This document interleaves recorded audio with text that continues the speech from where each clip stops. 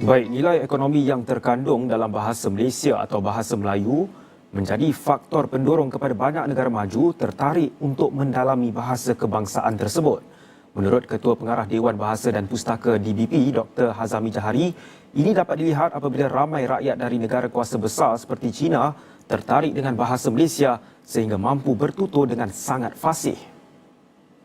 Tambahnya, perkara itu dapat dilihat dengan penubuhan kursi pengajian Melayu yang terletak di Beijing Foreign Studies University BFSU. Jelasnya ketertarikan itu turut didorong kerana penilaian negara kuasa besar itu terhadap perkembangan ekonomi rantau ASEAN. Saya nak menyebut, mungkin kita di dalam negara kita tidak sedar bahawa bahasa kita ni ada nilai ekonomi. Sebab mana-mana negara yang nak mempelajari satu bahasa itu, dia mesti dengan dua tujuan. Satu, tujuan ilmu, kedua, tujuan ekonomi. Dan majoriti penduduk di negara ASEAN ni, seperti kata tadi, Indonesia, Malaysia, Brunei, Singapura adalah negara yang boleh bertutur dan menggunakan bahasa Melayu sebagai bahasa utama. Jadi itulah kesempatan yang dilihat oleh negara China, terutama Universiti ASEAN, untuk belajar bahasa mereka. Katanya lagi, bahasa Malaysia juga berpotensi untuk menjadi bahasa kedua ASEAN. Pandangan ini dikongsikan ketika menjadi tetamu dalam program Awani Pagi pada Jumaat.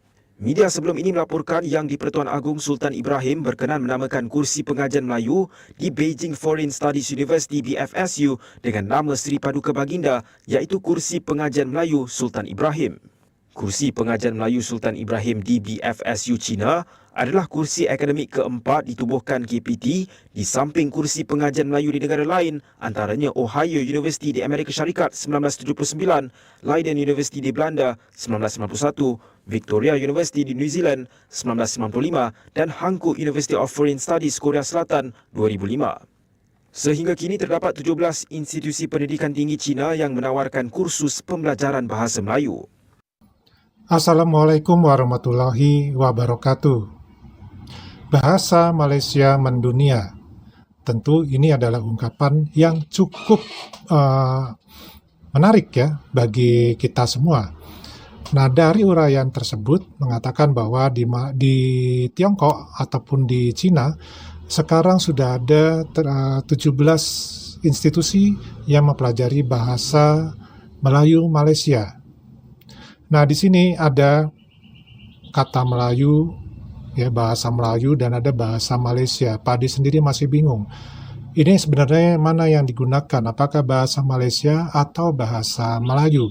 Seharusnya mempunyai kejelasan yang permanen ya penggunaannya. Kalau memang menggunakan kata bahasa Malaysia, ya itulah yang digunakan sampai kapanpun. Atau menggunakan bahasa Melayu, silakan digunakan sampai kapanpun, tapi bahasa Melayu harus ditambahkan dengan kata Malaysia. Karena beberapa negara di ASEAN yang lain ada juga yang menggunakan bahasa Melayu.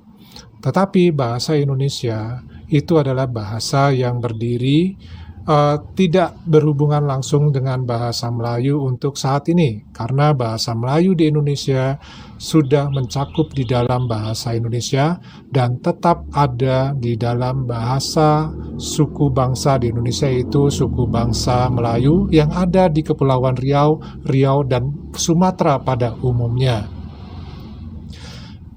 Nah, kalau kita perhatikan dari ungkapan yang diungkapkan oleh salah satu narasumber dari Malaysia ini mengatakan bahwa semua bangsa di ASEAN itu sebaiknya bertutur menggunakan bahasa Melayu karena sebagai bahasa utama.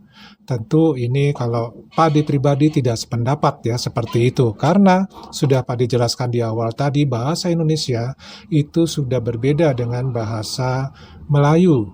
Bahasa Indonesia memiliki perkembangan dari unsur serapan ataupun penambahan dari bahasa-bahasa dari luar negeri, ya, dari bahasa asing yang lain, ataupun unsur serapan dan juga tambahan dari bahasa-bahasa daerah di Indonesia.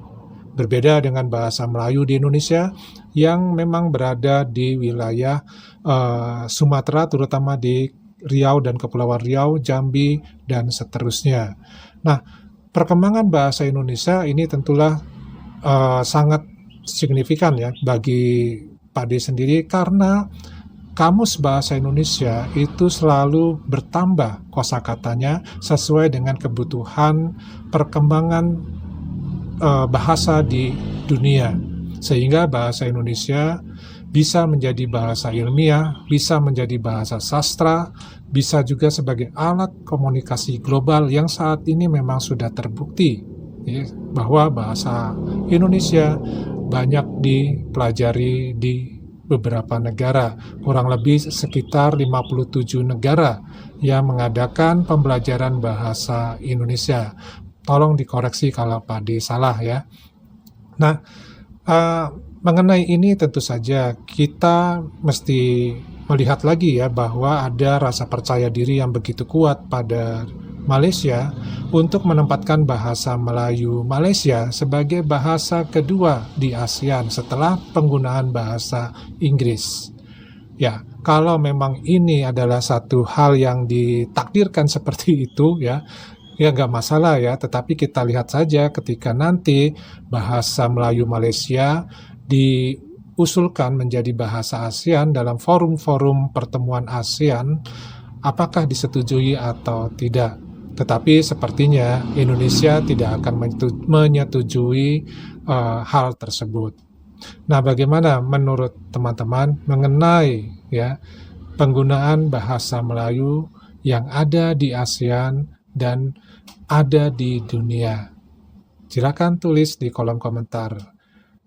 Videonya sampai sini dulu, kita ketemu di video yang lainnya. Wassalamualaikum warahmatullahi wabarakatuh. Oke, salam.